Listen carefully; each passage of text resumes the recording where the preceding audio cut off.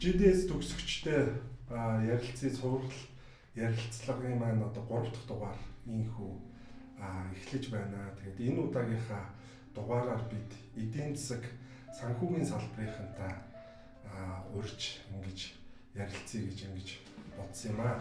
За юун түрүүнд та бүхнийг одоо хүрэлцэн ирсэнд GDS төгсөгчдийнхаа подкастт хүрэлцэн ирсэнд баярлалаа илэрхийлье. Ингээд та бүхэн өөрсдөө танилцуулна уу? Ямар сургууль төгссөн? GDS хөтөлбөрт одоо хэдэн онд хамрагдаж байсан бэ? Намайг Олдүлгүн гэдэг Японы олон улсын их сургуулийг 2012 онд төгссөн. Одоо GDS-ийн 9-р ээлжийн төгсөгч байна.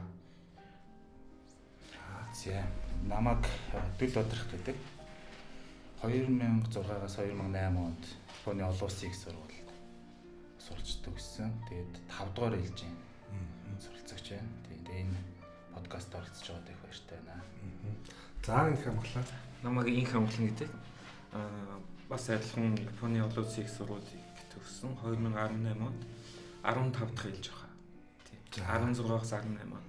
3 цаг үед аюуж буюу одоо олон улсын их сургуулийг эдийн засгийн чиглэлээр одоо суралцаж төгссөн ийм төлөөлөл маань хүрэлцэн ирээд байна. Тэгээд та бүхнийг одоо дэлгэрэнгүй сайхан ярилцахыг хүсье. За тэгэхээр одоо сургуулийнхаа талаар яриач. Ер нь Японы их дээд сургуулиуд ямар байдгийг, онцлог нь юу байдгийг, за та бүхэн ялангуяа одоо эдийн засаг санхүүгийн чиглэлээр мэрэгшиж сурахад энэ олон улсын их сургууль ямар одоо хэмжээнд одоо мэдлэг мэдээллийг та бүхэнд өгч энэ талаар яриагаа эхлэе гэж ингэж бодож байна. IUJ гэж давчлагдаг манай сургууль чинь Японы Нигата мужид байрладаг.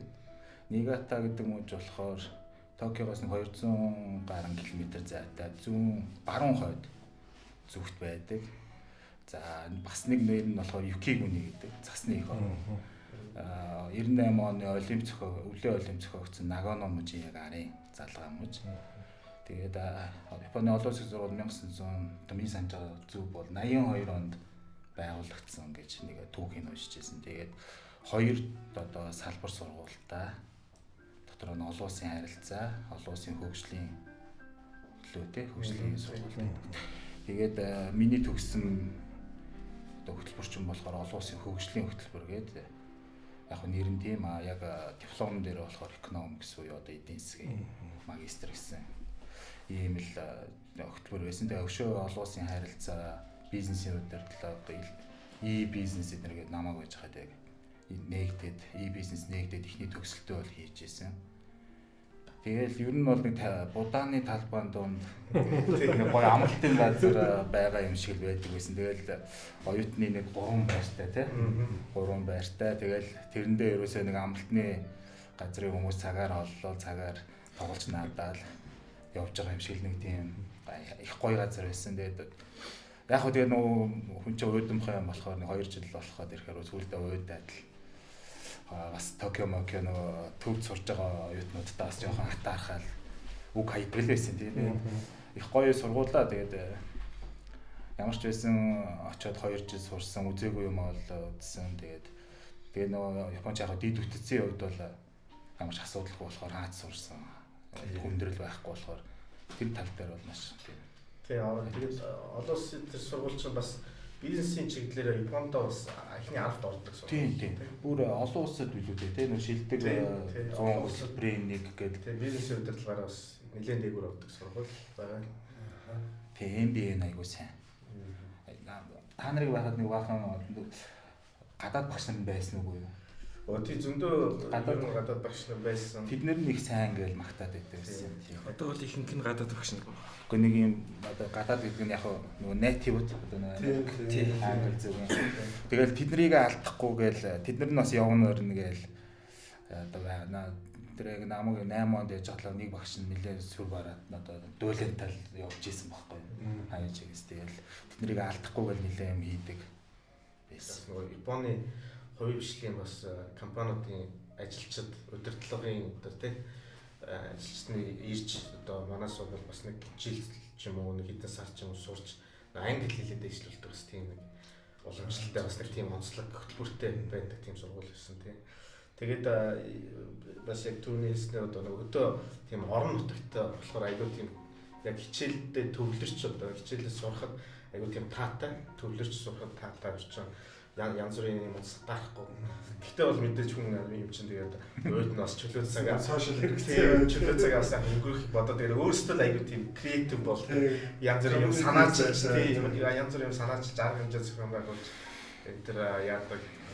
Тэгээд бүр одоо миний ээлжин дээр одоо жишээлбэл бүр өөрөөсөө одоо янз бүрийн клуб байгуулад тэр ер нь манай сургууль бас тийм зэлүүд учраас одоо оюутнуудаа уйдахгүй тул бас олон янзын чиглэлийн клубүүдтэй тэгээд тэндээ оюутнууд нь сайн хамрагддаг. Олон спортын арга хэмжээ, соёлын арга хэмжээнүүд их болдог. Айгүйх гадаадын бас оюутнууд их байдаг учраас айгүй тийм их чөлөөтэй сайн болдог. Тийм зөв. Амгагийн тухайд ямар байна? За одоо хамгийн отхон төгсөгчдийн төлөөлөл бас байж байгаа. Кохай байж байна. Би одоо сургуулийн талаар ярихаар нэг онцлог нь манай сургуульч нөгөө 50-60 улсаас оюутнууд байдаг. Тэгээд нэг улсаас нэг 4-5 ч юм уу хамгийн их 10-аад оюутан. Тэгээд нийтдээ нэг 200 гаруй оюутан байдаг бах тий. Тэгээд нэг 50-60 профессор дээр кампус дийлж очиод байждаг. Тэгээд тэр нэг хэсэг чинь нэг 300 хүнтэй л нэг жижигхэн клуб шиг л газар бүх хүн бие нэгээ таньдаг.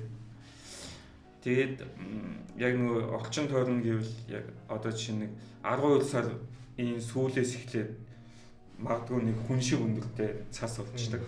Тийм бах те юм мөрөөр татсан шиг нөгөө нэг юм шиг байна те. Явдаг замаа ингээд битүүлдэг хэвээр явуулдаг. Ханаа босгоод. Хулганы зам ингээд хонглоор явдаг. Хоёрдугаар байр илүү доор нь бильярд байдаг хэвээрээ. Тийм хэвээр. Бильярдын ширээн байгаа байдаг. Тэр байхгүй болголтой. Тоглол цуглдаг газар. Тэрийг гэхдээ өөрхий засдаг байхаа тийм. Тэгэл нэг үе муутцсан нэг юун л амар халтар болцсон байдаг гэсэн. Тэгнэлтэй тий. SD 3 гээд бас нэг 3 дугаар байр хизээ баригдсан. Сүүлд намаа өгчөд шинэ байр гээл байдаг гэсэн. Хоёроосоо жаахан уул тал руу. Яг хоёр адилхан том цагаан байдаг. Тэгээд гэр бүлтэй оюутных гэдэг тустай байдаг. Нэг хоёр төв байртай холбоотой нэг тойрог нэг байр. Миний үчиг бүр SD 4 гэж байсан шүү дээ. Бүр зайдуу нөгөө юу л сувлээс уултаж байгаа ойрхон тийм гадны байрнууд байгаа тийм. Ерөнхийдөө амьдэрсэн. 2 дугаар курсын ихэнх нь очиод болчих. Хол юм уу тийм. Нэг автобусны. Тэгэд нөгөө 12 сарын сүүлээр 1 метр цас орвол тэр нь 3 сарын дунд хүртэл байждаг болохоор яг тэр үед яг нөгөө ганц бие оюутнууд ч хамгийн өөддөг. Тийм ер нь тэгээд юу юм шиг байна. Тэг их гоё хөвсгөр юм цас лавсаж ордог. Тэгээд их өндөр одоо манайхны бичлэг энтрийг би бас харж байсан. Ингээ баг өсөлж байгаа. Юу баситай ус руу өсөрч орж байгаа юм шиг бүр ингээ цас руу өсөрч ордог гэдэг тийм. Та нар нөгөө юунд байсан вэ те? Кампус л ер нь байж байгаа тэрсэн. Би ч нөгөө гэр бүлээ аваачаар тэр нэг 10 айлын гэр бүлтэй оюутны байж олддог байхгүй. Тэгээ би нөгөө яг ураасаа их шүү дээ те. Одоо нөгөө Шинкансен тэр iki дээр байр түрээсэлж амьдарч байсан. Тэгээд хэд чин тэр нөгөө ийм өвдгөө юуд авсан юм усны хотл өмсөж явдаггүй бол. Тэрөөсөө сургууль тэр хоёроо явах юм аягүй хэцүү. Хотл өмснө гэж бол байхгүй. Дандаа усны хотл та. Тэгэл ми чин том өлтөгч хэлхөө нэг хайж нэг амар десант нэг амар сүртэй усны хоталтай л. Гэтэ айгүй их зас ордон мөртлөө дулаахан байдаг. Тэгээд нөгөө ус замаа дандаа нөгөө өлдөхгүй бол ингээ ус шүршчээд болохоор байнгын тийм устай байдаг. Зөв. За баярлалаа. Их сонирхолтой. Тэгээд нөгөө биенийхээ оюутны цаг хугацаагаа мэдж байгаа учраас их сонирхолтой яриа маань өрнөж байна. За бид бол одоо энэ GDS гэсэн хөтөлбөрөөр одоо суралцж төгсөж ирсэн. Тэгээд өнөөдөр бол одоо ингээд 20 жилийнхаа хойтой золгож байна. За энэ хөтөлбөрөөр одоо Монгол улсын одоо төрийн албанд ажиллаж байгаа төрийн албаны хүний нөөцийг хөгжүүлэх чиглэлээр гол зорилготой хөтөлбөр одоо бараг 400-аад хүн орж суралцж ингэж төгссөн ийм байх юм аа. Тэгээд энэ одоо чиглэл тэр дундаа нөгөө эдийн засгийн чиглэлээр сурсан төгсөгчдийн маань төлөөлөл учраас хөтөлбөрийнхөө талаар та бүхэн яриач. Ер нь ямар одоо давуу талтай энэ хөтөлбөрт одоо хамрагдсанаар одоо гол ач холбогдол нь юу байдаг юм бэ? Тий. Би их надрал дараад байна. Тий яг би нөгөө Монгол Улсын их сургуулийн одоо татан бүгдсэн л да эдийн засгийн сургууль гэж байсан шүү дээ. Хүмүүсийн эдийн засаг гэдэг сайн сургууль байсан. Тэрний эдийн засгийн анги гэдэг одоо байгуулад Европын нөгөө тасис хөтөлбөрөөр яг намайг оюутан болж байгаа байгуулагдаад. Тэгээд тэр ангийг төгсөөд мууста магистр хамгаалаад тэгээд би мууст багшилж ирсэн. Тэгээд багшилж байгаа явсан байхгүй. Тэгээд Японд очиход бол яг манай яг экономиксын хөтөлбөрчөнд 3 гол хичээл байгаа шүү дээ. Мэргэжлийн микро экономикс, макро экономикс, эконометрикс гэдэг. Тэр 3 хичээл бол надад бол нэг тийм хэцүү бол байгаагүй. Одоо үзээгүй ч гэдэг юм уу, анх удаа сонсож байгаасан юм бол байгаагүй. Яг нь ерөнхийдөө төвшин бол яг нэг манай бакалаврын ахлах төвшнийхэн үздэг. За магистрт нэг азахцгаас нь үздэг юмнуудыг би дахиж очиод. Тэг яг нь илүү юм нэг англи хэл дээр үзнэ. Тэгээд яг англи хэлтэй багшаар заалгана. Тэгээ өөр багшаар одоо өндөр хөгжилтэй орон докторыг хамгаалсан багш нараар заалгана гэдэг нь л илүү байсан. Өөр бас яг одоо зүгээр маш их хэрэг болдог илүү гэдэг сонгоны хичээлүүд нь айгүй тийм. Бас зарим сонгоны хичээлүүд нь айгүй тийм сайн. Тэгээ яг тэргүүрээ мэрэгшсэн яг судалгаа хийдэг тийм багш нарын хичээлээд болохоор тэднэр нь бол маш сонирхолтой нэлээд тийм Монголд ерөөсөө сонсоогүй үзээгүй юмнууд бол байдаг байсан. Тэгэл 2 жил байхад би ч нэг Солонгос багшийн удирдлагаар байж байгаа. Яг хамгаалахдаа бол нэг Япон багшийн удирдлагаар хамгаалж ирсэн санагдчих. Тэгэл одоо англи хэл дээр анх удаа юмаа одоо экономиксыг сонссон. Тэгээд өөр илүү хичээл өөрсдөө сонгоод ингээд ухаж байгаа хичээлийн хөтөлбөрийг ухаж байгаад үзэх юм бол тэнд бол хөшөө олон юм тийм одоо илүү юм сурах тийм боломж бол маш их л байсан. Тийм л онцгой байсан дээ. За. Тэгээ миний хувьд бол би нөгөө нэг тохиолдол эцсийн хэлгэрчмчний яамд ажиллаж байсан. Гадаад харилцсан. Тэгээд энэ GDS хөтөлбөрт хамрагдахад ер нь 3 жил apply хийжсэн. Тэгээ 3 дахь жил дээр одоо тэнцэж явж байсан тийм. Тэгээд яг гол миний нөгөө сурах зорилго одоо нөгөө тезис юу бичиж эхлээд өгдөг шүү дээ. Тэрэн дээр болохоор нөгөө Монгол Улсын сургуулийн салбарыг одоо эдийн засгийн чиглэлээр яаж хөгжүүлэх вэ гэсэн тийм сэдвээр apply хийж тэгээд тэнцэж явж байсан. Гэхдээ энэ юунд бас GDS хамрагдахын өмнө бас нэг хэдэн сар Японд амьдраад үзсэн. Бас Япон хэлээ юунд дамжаад курст хамрагдсан байсан учраас бас тэр их төхөн болсон байх гэж боддог. Тэгээд энэ GDS нь бол яг бас нэг төрийн албаа агчдад тий одоо энэ улсын их сургуулиуд болон одоо багш эднэрт бас зориулж ингэж хамруулт юм бас их чухал ач холбогдолтой. Яг тэгэхээр одоо яг ажиллаж байгаа энэ албаа агчид нь одоо өөрийн мэргэжлээ дээшлэхэд бас их тус нэмэр болдог тий. Тэгээд бас цаашаа яг мэргэжлээ дээшлүүлэхэд яг ямар чиглэлээр сурч боловсруу гэдгийг маш тодорхой мэддэг болсон. Тийм үед яг очиод сурч байгаа болохоор маш тийм үр дүнтэй сургалт болдог гэж би боддог.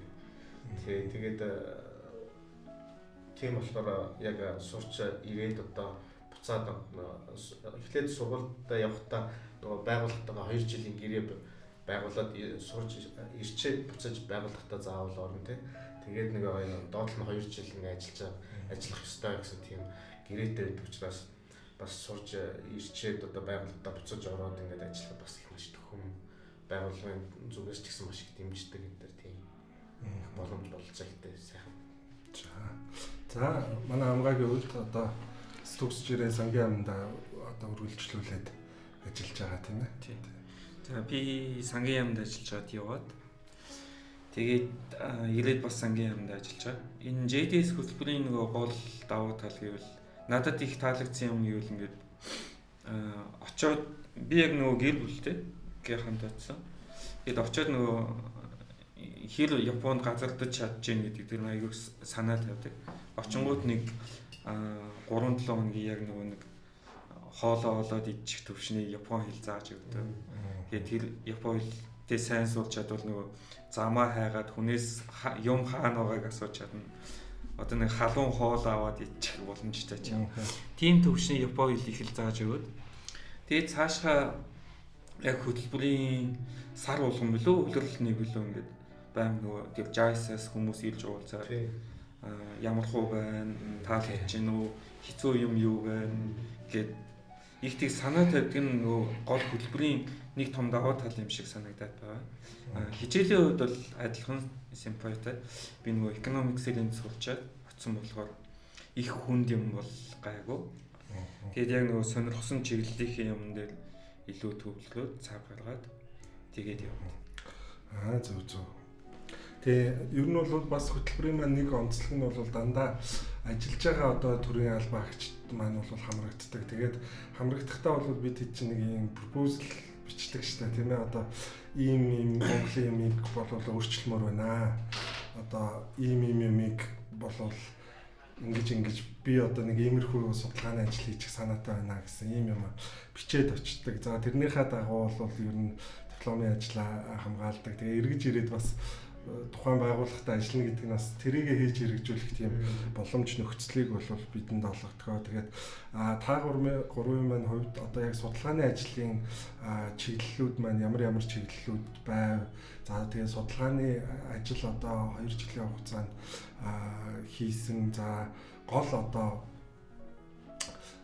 гарсан үр дүн тийм ээ юу байв. За мөн эргэж ирээд одоо энийг бас амьдрал дээр нэвтрүүлэх гэж хэрэгжүүлэх гэж оролдоход бас учирч ийсэн хүндрэл бэрхшээл гэдэг юм уу ийм зүйлс одоо юу байв?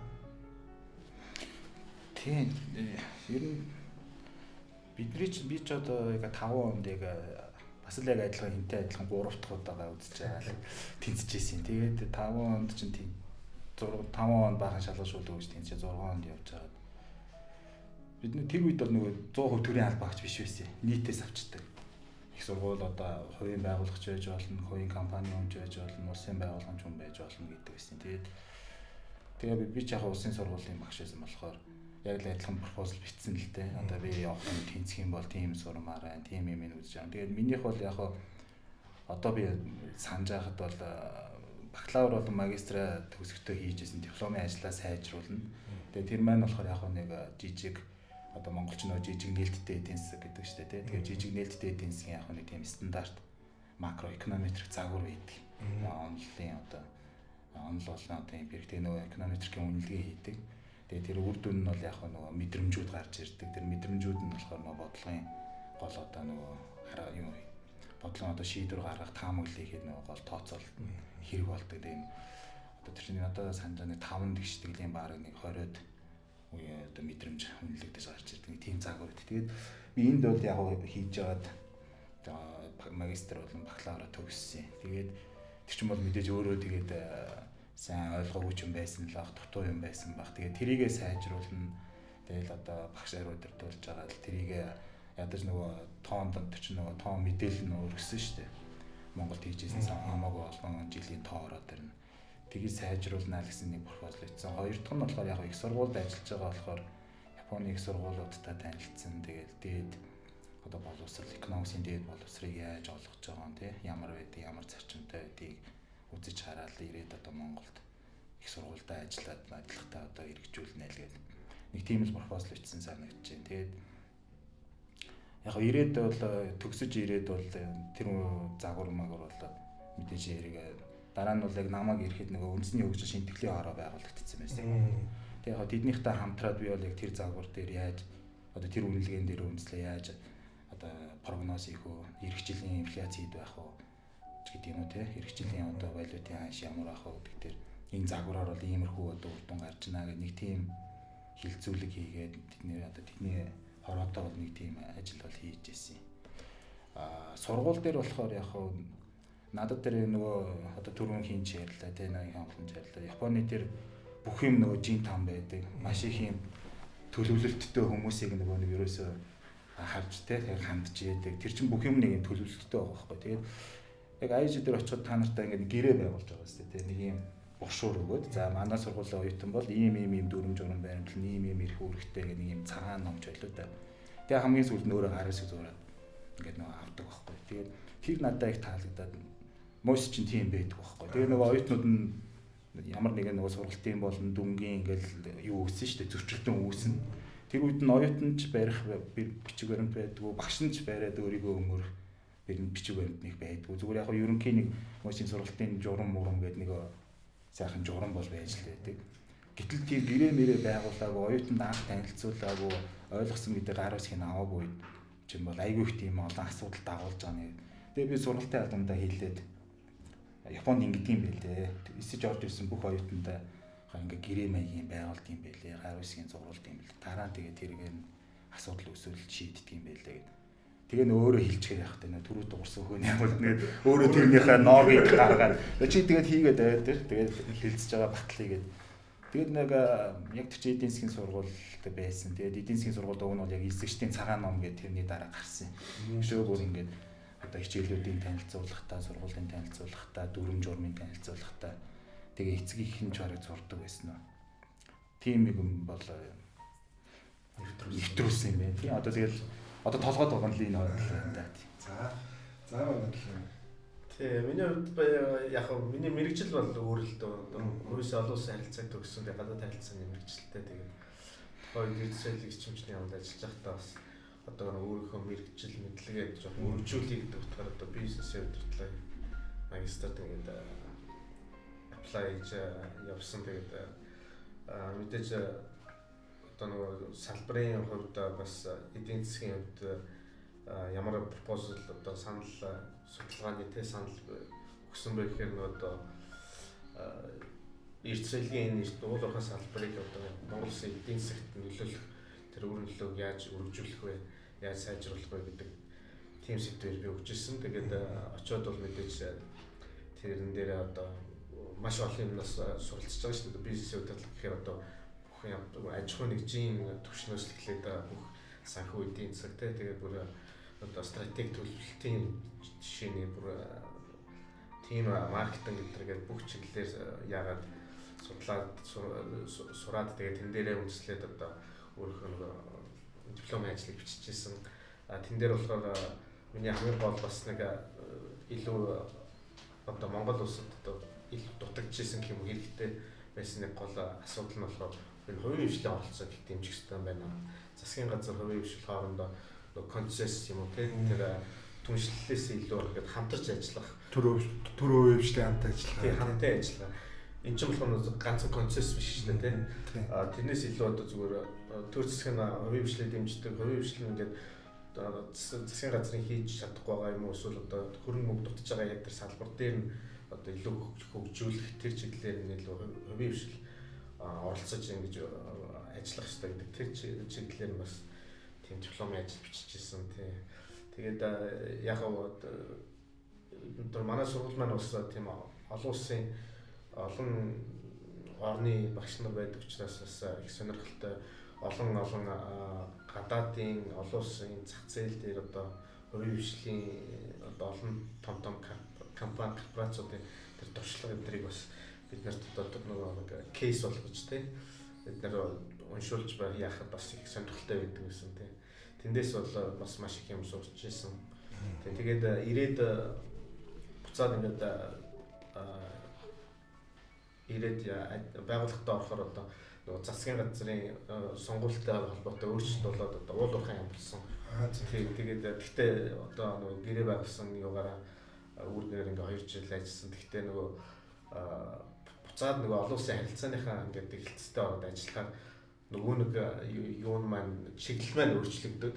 Тэгээд олон улсын харилцаа гэдэг чинь бас нөгөө гаднаас ирж байгаа нөгөө гадаадын төлөөлөгч, гадаадын байгууллага, олон улсын гадаад орнуудын нөгөө төлөөлөгч засгийн газар гэл тэр болгонтой ингээд нөгөө гадаад харилцааны чиглэлээр илүү ажиллаад одоо юугаа бас нөгөө илүү жоохон нэвтрүүлж танилцуулж чадаагүй.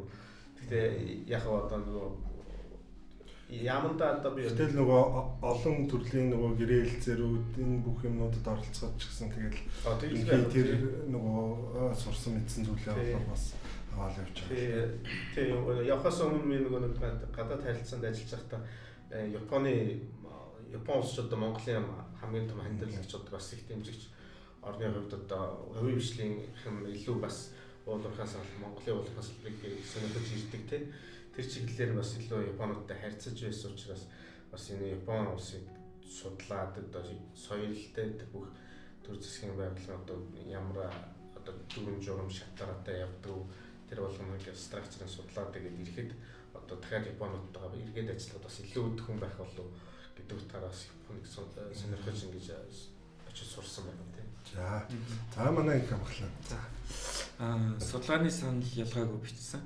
Энэ JD хөтөлбөр болохоор намайг apply хийж хахад нөгөө судалгааны санал дээр эдийн засгийн чиглэлээр сурах жаавал энэ IUJ олон улсын их сургуулийн санал болгож байна. Тэгээд судалгааны чинь санал ерөнхийдөө нөгөө баялагын менежмент одоо эрдэс баялагаас орж ирж байгаа орлогын менежментийг яаж хийвэл зохистой вэ гэсэн чиглэл рүү байвал зүгээр шүү гэсэн тийм ерөнхий чиглэл өгч байгаа.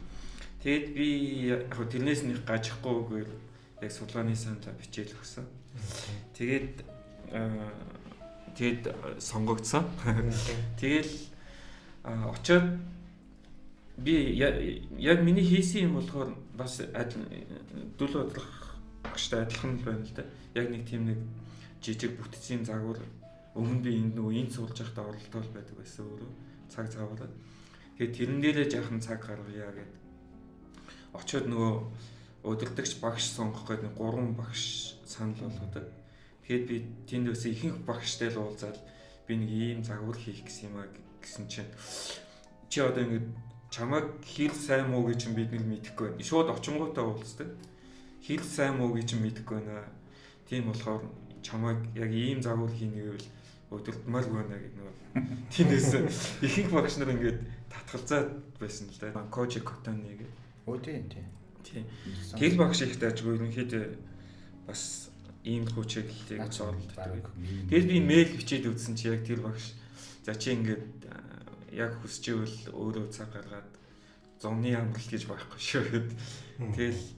Тэгээд тэр багш удирдахаар болоод тэгээд би өстө 100 ч амрахгүй яг тэрнийг нухчаад яг судалгааны ажил болгоод хамгаалсан. Яг зөвхөн тэр загварыг юун дээр тулчсан бэ гэвэл нөгөө одоо зэсийн үн хөдөлгөхөд дэлхийн зах зээл дээр хөдөлгөхөд манайх руу орж ирж байгаа нөгөө зэсээс орох орлого өөрчлөгдөн.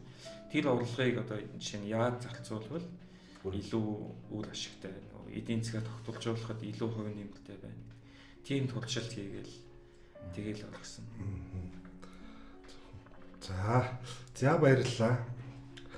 За мэдээж бол маш их одоо олон төрлийн олон чиглэлийн судалгаанууд хийгдсэн. За тэр судалгаанууд маань бол бас төгсөгчдийн маань бүтээлүүд маань за өнөөдөр ч гэсэн Монгол улсын одоо нийгмийн эдийн засгийн бүхэл салбарт тодорхой байдлаар хэрэгжээд үр дүнгээ өгөөд ингээд явж байгаа олон одоо эрэг сайн жишээг бол бид нэр энд дурдж болно. За ингээд дараагийн асуудал бол одоо илүү их тэр Японд одоо тэр аж амьдралын тухай илүү их яриа гэж ингэж бодож байна. Ялангуяа та гурван маань нэг сургууль учраас за тэгээд дээрэс нь бол бас нэг жоохон газар зүй их тийм онцлогтой сургууль учраас ялангуяа тэр японочдын аж амьдралын тухай за дээрэс нь бол нөгөө одоо энэ оюутан байхад Симпай Кохай гэдэг ингээд нэг бас нэг юм бүл болоод гэхүү ингээд нэг юм одоо бид чинь бол ингээд нэг юм хамтран амьдрал тэр бие биендээ дэм болдог ийм одоо соёлд бас ингэж суралцсан. За ер нь Япон одоо энгийн хүмүүсийн тухай тэдний одоо аж амьдрал соёл дадлын тухай бас сайхан дурсамжаа за зарим нэг талаар бол одоо нэг шокнд орж ирсэн ч юм уу нэг тийм хөгжилтэй явдлуудаа бас дурсвал ямар зүйлс байна.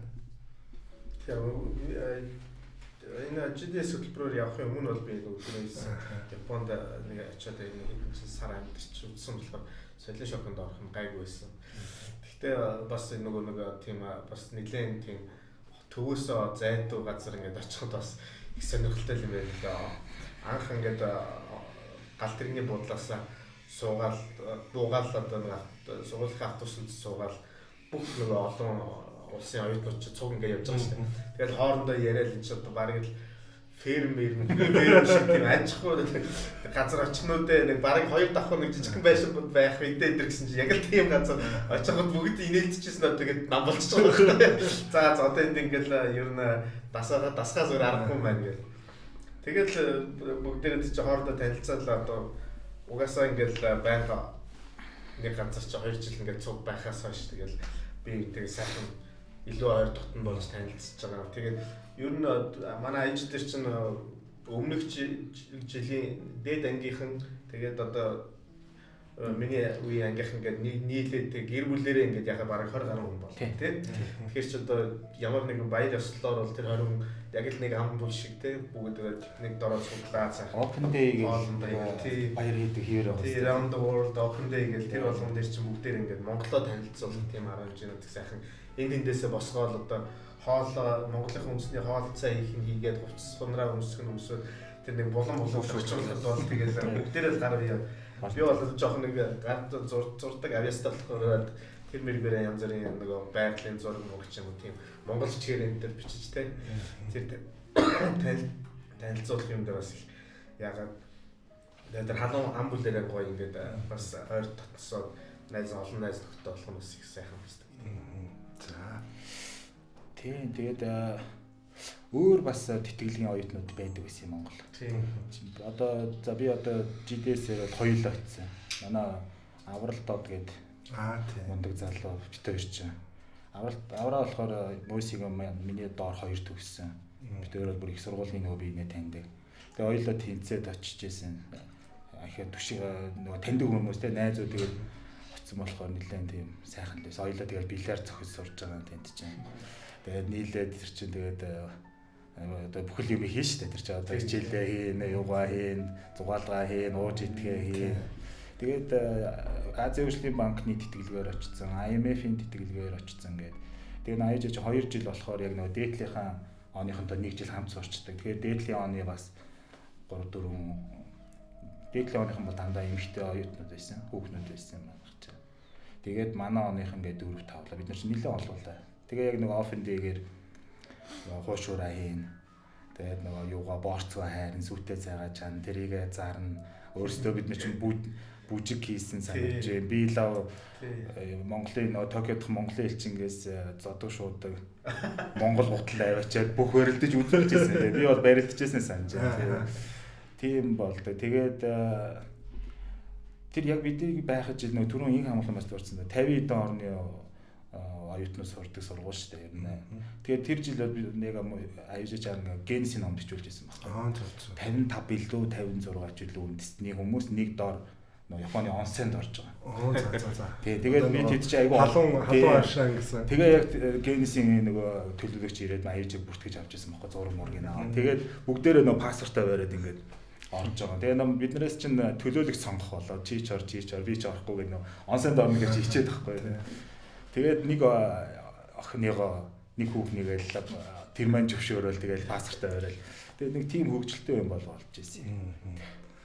Тэгээ яг Японд ч ер нь бол яг сайхан шүү дээ. Тэгээд яг надад тохиолдсон юм гэвэл аюужигийн нөгөө Моикамачиг нөгөө Токиогоос ирдэг нөгөө автобус буудаг буудал дээрээс Токиогоос өглөөний автобусаар буучаад манта өдөр ирсэн.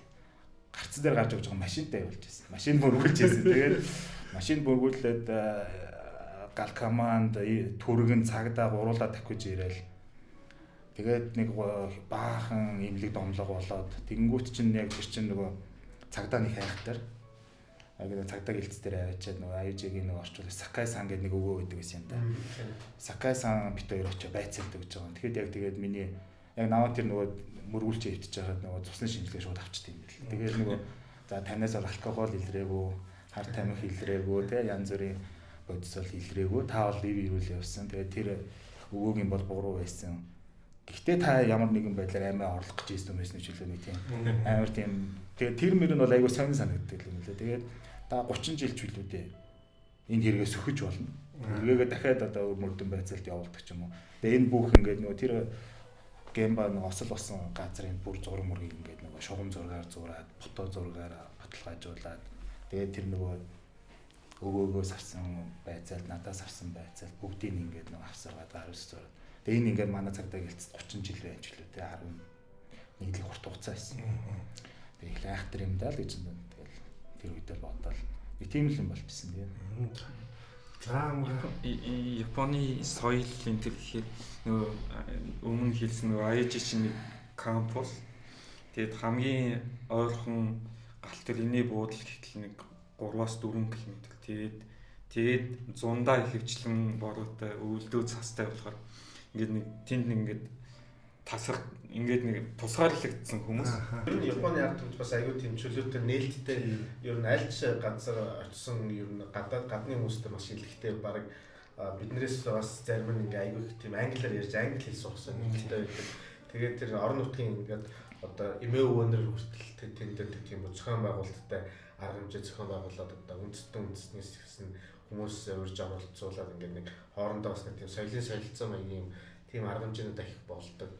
Тэр нь бас их аюу их илэгтэй байдаг. Заримдаа нэг homestay энэ гэдэг тийм нэг айл томдог энэ тийм бас юунууд нэг сонирхолтой юм байлээ.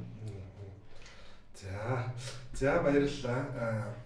Их сонирхолтой яриа маань их сайхан өрнөж байна. За ингээд дараагийн асуулт бол ерөнхийдөө одоо подкаста бид бол бас одоо ингээд суралцсан чиглэлээр нь одоо англиад ялангуяа нэг мэрэгжлийн нэг салбарын хүмүүсийг бас урьж ингэж оролцуулж байгаа. За өнөөдөр бол одоо эдийн засгийнхаа чиглэлээр суралцсан төлөөллүүдэд урьж оролцуулж байгаа. Тэгээд одоо гол асуудал бол одоо илүү бас одоо энэ мэрэгжлийн чиглэл рүү хандуулж тавья гэж ингэж бодож байна. Та бүхний одоо суралцж байгаа хугацаанд мэдлэг эзэмшсэн төвшөнд за мөн одоо энэ одоо ажиллаж ингэж утснаар ер нь одоо Японы одоо тэр эдийн засгийн ч гэдэг юм энэ одоо зохицуулалтын юмыг за Монголынхтай харьцуулбал ямар байдлаар одоо за энийг нэг нэвтрүүлчих юмсан ч гэдэг юм ийм сайн туршлага гэдэг юм уу ийм одоо зүйлс юу байна. Тэгээ одоо зөвхөн Японыг гэлтгүү одоо цаашлаад нөгөө маш олон орны хүмүүстэй суралцж ирсэн учраас бас бусад улсуудын тийм одоо эерэг туршлагуудтай бол их тийм танилцах боломж болдог одоо энэ суралцж байгаа хугацаанд. Тэгэхээр ер нь нэг эргээд нэг Монголд нэг ийм юм хийсэн эдийн засгийн юмд нэг ингэчгийнсэн гэсэн тийм одоо зүйл юу вэ? Тэг яг Японы сайн юм одоо Монголд хэрэгжүүлчих юмсан Монголыг юм болгочихсон гэх юм бол баг бүхэл юмыг барай авчмаар санагддаг л да. Тэгээ яг зүгээр яг эдийн засаг гэдэг шинжилгээ ухаанаар сураал тэгээд ингээд өөр ингэсэн зүгээр тодорхой хэмжээнд бодоод үзэхээр өөрөө зарчим байгаа юм л да тэнд. Улс орнууд юу нь яаж явдгийг тий яаж амьдэрдэг яаж хөгждөг гэдэг тий тэрийг харахаар Япон бол үнэхээр одоо мундаг. Азийн бол одоо Аз буюу одоо хартлагатай шар арьстай хүмүүсийг нүрийг дэлхийд тахалж байгаа хүмүүс шүү дээ. Тэгээ тэр хүмүүс ч өөрөөсөө айгүй эмзэг орчинд одоо уг нь тэр арал болон үргэлж газрууд нь тэ галтуул дэлбэр нь салхи шуурга болно маш их хэмжээний бороо орно тэгэл хөрс булган айгүй болно тийм айгүй хэцүү одоо манайхаас ч бараг хэцүү гэмээр юм шиг байгалийн нөхцөл нь болохоор тэгээд маш жижигхэн уул дамгаасан тийм газар нутаг дээр тэр олон хүн тэгээд маш одоо өндөр хөгжилтэй маш сайхан баян тарган амьдраад байгаа. Улс орон болгонд сул тал байна, давуу тал байна. Тэгэхээр тэрийг л маш сайн тодорхойлж аваад тэр сул талыг яаж нөхөж болох вэ? Тэр сул талыг ямар давуу талаар нөхөж болох вэ гэдгийг маш сайн одоо тэр бодлого боловсруулдаг эрдэмтэн тэр одоо дарга зэрэг нь хийдэг байгаа байхгүй. Тэгээ хийхдээ мэдээж эргэжин сэтгэлээсээ хийдэг. Тэнд хууль үйлчилдэг. Манайх шиг юм одоо бүр одоо өнөөдөр бол одоо маш сайн ярьж штэ тий нөгөө дабл стандарт тэнд тийм бол байдгүй одоо энэ яриа хэлцүүлэг дондор Японыч гэсэн бас их жишээ татчих штэ хэрвээ Японд байсан бол ингээд урлагийнх нь бол ерөөсөө карьер нь байхгүй болно тий буруу юм хийвэл улс төрчнөр бол тэгэл уучлалгүйгаал ингээд нийгмээс биш ерөөсөө байхгүй болно манайх шиг ингээд гарч ирээл хэдэн 10 жил улгаа дээрмээ хийгээл хуйлаа зорчвол нөлмал тэгэл дарга цэргээ хийгээ яваад идэг тийм биш байгаа байхгүй. Тэгэхээр ерөөсөө зарчим байна тэнд ёс зүй байна хууль үйлчилж байна. Тийм болохоор тэд нэр тийм гоё хөгжилтөө одоо баян сайхан амьдарч байна л гэж бодлоо. Тэрийг л нүдэрээ харсан. Тийм тэнд өчнөө олон урлагийн одод хар тамхи хэрэглээд ерөөсөө уйлаад те тэгээд ямар ч тэд нар бол амьдрал шууд карьергүй болж байгаа байхгүй. Тэднийг хинч дахиж зурагтаар гаргахгүй, хинч дахиж кино тоглуулахгүй, реклам тоглуулахгүй. Тэгэл тэд нэр байхгүй. Тэгэл үлдсэн насаараа одоо миний сонсноор үлдсэн насаараа гимшээл, үлдсэн насаараа нийгмээс нуугдаж амьдэрдэг. Тэгэл маш олон улс төрчнөр бас хахуул авсан, сонгуулийн үеэр мөнгө буруу зарцуулсан гэж уушлалгүйгээр хөхөлзөөл албан тушаалаа өгөөл тэгэл бас байхгүй болчихсон. Тэгээд тийм тэднийг тэрийг л харахаар одоо Монгол одоо энийг л сураасаа тэгэх юм бол тэгэл яг юм бол маш амархан хөгжиж штэ. Угаасаа шударгал газар те шудраг хууль үйлчлэлтэй газар л ер нь хөгжил байна штэ. Одоо дэлхийг харахад тийм Японоос өөрөө маш тийм өндөр ёс суртахуунтай бас ард түмэн тэгээд бизнесэнч тэр улс төрөмч тэр засгийн төрийн ажилчдынч тэр маш өндөр ёс суртахуунтай одоо нэр хүндийн төлөө те одоо өөрийнхөө одоо тэр ажил мэргэжил тэрэндээ бол маш өргөж шударгаар одоо маш тууштайгаар ингэж амьдрал бүр би сэтгэлээ зориулж ингэж ажилтдаг учраас одоо жишээ нь ямар нэг алдаа хийгээд ингээд нэр хүнд нь унахад бол одоо дээр хийхэн те ёс заншлаар шууд амиа хорлдог юм да. Тэр тийм уламжлалтай байдаг учраас ард түмэн учраас маш тийм өндөр ёс суртахуунтай тэгээд маш их дэг журамтай одоо зүгээр наадсахын жишээ нь гэхэд тэр одоо нийтийн байранд амьдарч хахад хогоо ялгадаг тийм зарчмыг бол одоо бүх хүнээс шаарддаг тийм хогоо бүх төрлөөр нь ингэж ангилж ялгаж салгаж ингэж хийж идэг тэр болгоныг ингээд ард түмэн одоо оршин суугч нь ингээд яс дагаж мөрддөг учраас тэнд бол ямар нэгэн асуудал гарахгүй биеиндээ ерөөсө хүндрэл өч болохгүйгээр ингэж их зохицож амьдардаг учраас одоо бизнес нь ч тэр маш амжилттай явдаг.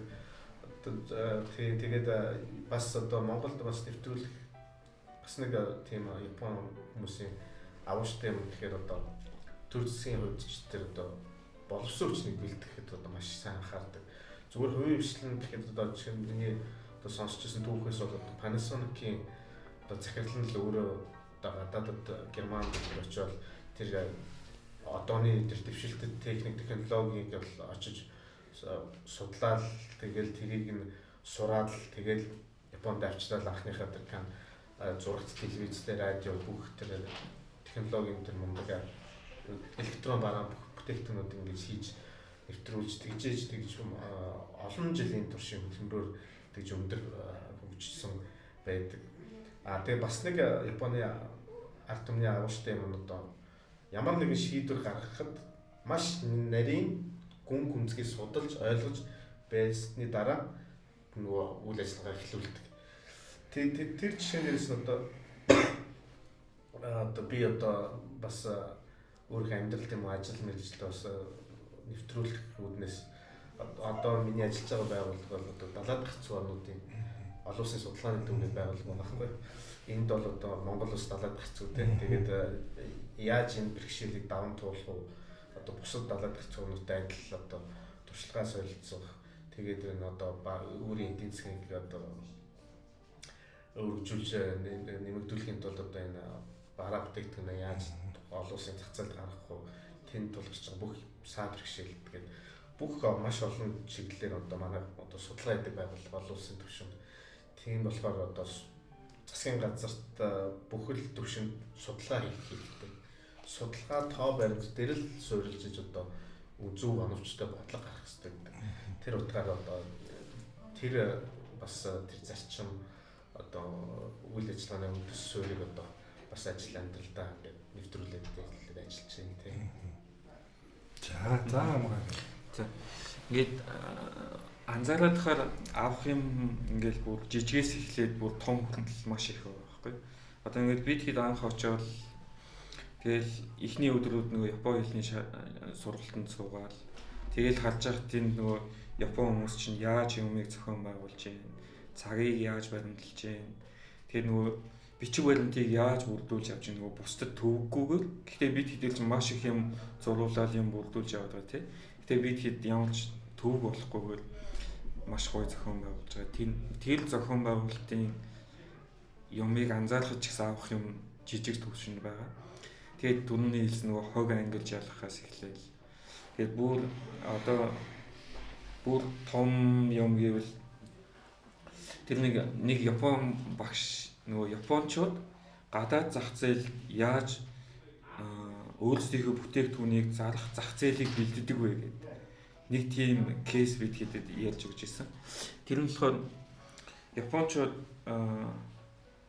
тэр одоо тэр зүүн өмнөд Азийн улсуудад дайны дараа нэлээд их нөхөн төлбөр өгөхөр болоод тэгээд тэр нөхөн төлбөрийн оронд Япончууд маш их тийм электрон бараа өөрсдийнхөө бүтээгдэхүүнийг ингээд 30-40 жилийн туршид үнэгүй өгөөсөн. 30-40 жилийн турш үнэгүй өгөөд хэрэглүүлсэний дараа төлбөрийн хугацаа дуусахад тэд нэр ингээд худалдаж авахаас татгалзахаар хэрэглэгчтэй болсон тийм. Тэгээд тэрний дараа нэг хэсэг 5-10 жил ч юм уу маш хямдаар зарж байсан. Тэгээд тэрний дараа ингээд яг Японд үнээр аваачаад зарахад тэр хүмүүс авахд бэлэн болцсон байдаг ч юм уу тийм. Чанар юуг нь ойлгосон байна. Хэрэглээ сурсан байж байгаа шүү. Зах зээлийг урт хугацаанд яаж бэлддэг вэ түүштайгаа гэдэг. Иймэрхүү юмнууд анзаардаг. За баярлалаа. За ерөнхийдөө болвол одоо бидний ярилцъя гэсэн товсон асуултууд маань болвол ингээд энд хүрээд болвол дуусч байна. За GDS хөтөлбөрт маань одоо 400 гаруй залуучууд маань хамрагдаж төгсөж ирсэн. Тэгээд өнөөдөр одоо та гурвыгаа одоо төлөөлөл болгож ураад ярилцахад бол бас их таатай сайхан байна. Тэгээд одоо бас 1 их сургуульд одоо 3 өөр цаг үед одоо 5 дугаар бааж, 9 дугаар бааж, 15 дугаар бааж гээд одоо нэгсэндээ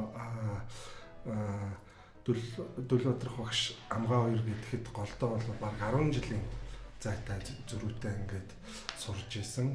Гэтэл бол яг энэ одоо сургалтын орчин чанар за тэгээд тэр community энэ бүх юм бол яг тэр янзаараа нэг хിവэрээ ингээд байж байгаа гэдэг бол өөрөө их тийм бас онцгой сайхан зүйл юм аа ингээд за тэгээд хамгийн одоо сүүлийн асуултыг бол нээлттэйгээр үлдээж байна. Тэгээд одоо энэ подкастаар бас та бүхнийг одоо хамтран суралцж ирсэн найз нөхөд баачихнаа бас дурсах. За багш нарынхаа бас одоо дурсах өөр бас одоо хэлээгүй үлдсэн зүйл байвал нээлттэй хэлж өгнө үү. 2006 онд бид чи хориулаа явсан. Хориулаа яг чинь 4 залуу маань болохоор яг Японы хэлээр мэрэгчсэн. Бид нэрт шууд очиод нөгөө Японы хэлээр магистр хамгаалах. 16 нь болохоор англи хэл дээр магистр хамгаалах тийм байсан. Тэгээд 16 оюутан маань Монголд 2 сар очиод Токиод очиод 2 сар бид нэр хэлний бэлтгэл хийдэг байсан. Японы залуу. Тэгээд яг Япон Монголд 2 сар чинь айгүй хөвчлөлтөө шүү дээ. Нөгөө брижийн байран дээр 2 анги гаргаад тэгээд Японоос 2 багш ирнэ. Нөгөө 2 багш маань ингээд солиод ингээд ордог. Тэгээ цөмөр ажилласаа чөлөө аавн. Тэгээ бид нар чинь зарим нь чөлөө аваагүй. Усаа тэгэл ажил мэжлээ зохицуулаад суудаг. Тэгээд Монголд байхаас эхлээл ер нь онгоо хөгжилтэй өмнөд цуглараад тэгээд Токиод очиж ирсэн. Токиод 2 сар бас нөгөө Васета Хошин гэдэг Васетагийн их сургуулийн кампуст 2 сар. Бас яг Японд. Тэгээд бид нарт нэг N4 чөлөө N5-ын шалгалт өгөөд тэнцэх юм бол GDS-ийн Японы хэлийг төгсөөд тэгээд цаашаа сургуульд явах хэрэгтэй болно гэсэн тийм нөхцөлтэй байдаг. Тэгээд сүүл сонсоход бол тэр Японы хэл насагдсан сураг байсан. Тэгсэн баг тийм. Тэгэл тэр 4 сар Японы хэл үзэх чи ер нь л арга японочдоо чи японоор ярьч марч юм шиг. Манай өөр хамт явсан залуучаа хүүхэн мөхөн ч найраад байх шиг. Тэр мундаг л залуучууд тийм байсан тийм.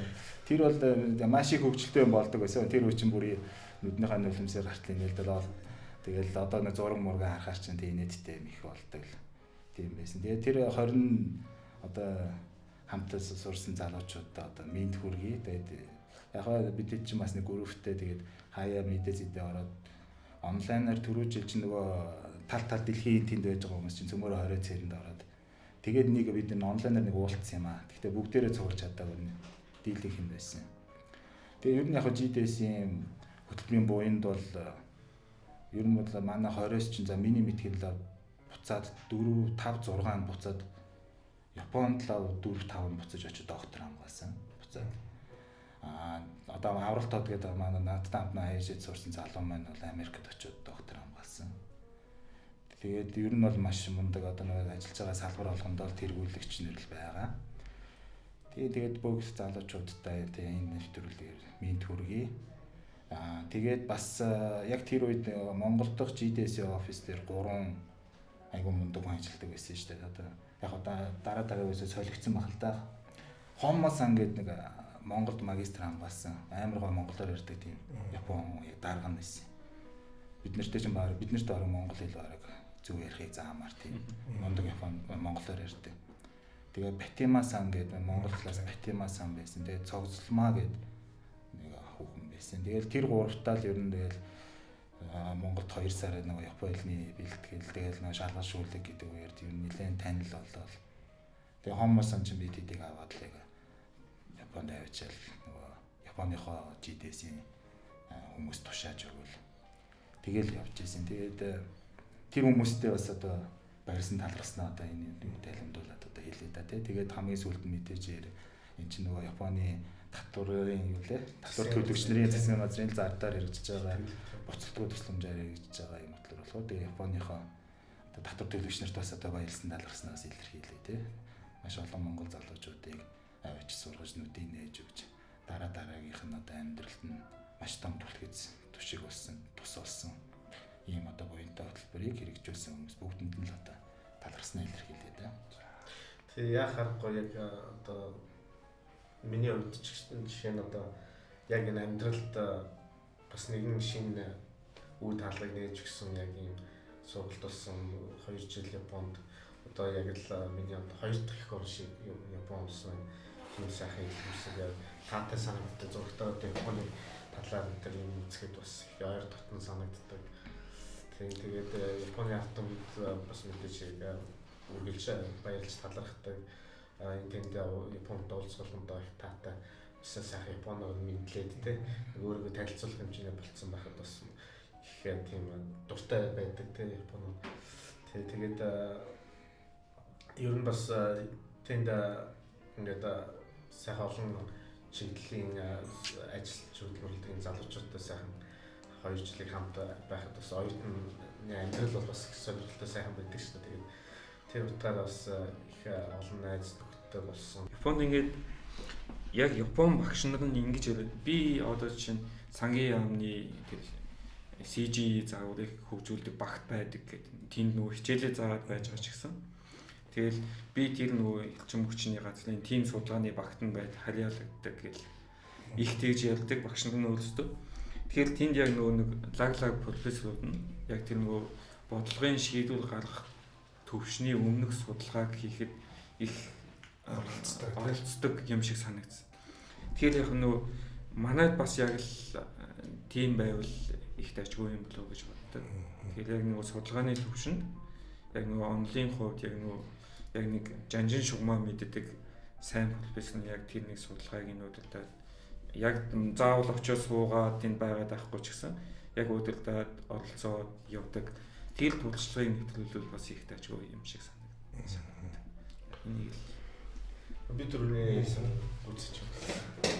Тэгээд нөгөө одоо GDS-ээр хэрвээ нэгэ цаашаа үргэлжлээд олон дахиад Монгол залуучууд бас суралцаасаа гэж хүсэж байна тийм. Тэгээд тэргээр ингээд очиход зүгээр зөвлөгөө өгөхнөөс бол мэдээж нөгөө дээд ангийн манай залуучууд симпайнер бол аюу сайхан дотно хүлээж авдаг тийм. Тэгээд бүх одоо өөрсдийн сурсан мэдсэн туршлагаасаа ингээд хуваалцдаг. Яаж хаанаас идж уух юм аах уу нөгөө хоол хүнс одоо өрөө төгчих бүхэл юмыг ингээд сайхан зарим нь бүр өөрсдийнхөө хэрэгжилсэн өгөөд явдаг гэдэг тийм сайхан байдаг. Тэгээд зүгээр гадны оюутнуудыг бас харж байхад одоо тэр нөгөө өвлийн тийм депресстэй нөгөө манай сургууль дээр ялангуяа тийм нөгөө хол тусгаарлагдсан газар байдаг юунд бас их өвөл үзээгүйч газрын хүмүүс байж шүү дээ. Тэр гадны оюут зарим нь их депресстэй юм шиг байна. Тэгээд бага сэтгэл зүйч болоод аягүй тийм сэтгэлээ унтдаг гэдэг. Яг Монгол хүмүүсийн хувьд бол аягүй тийм дасан зохимтгой учраас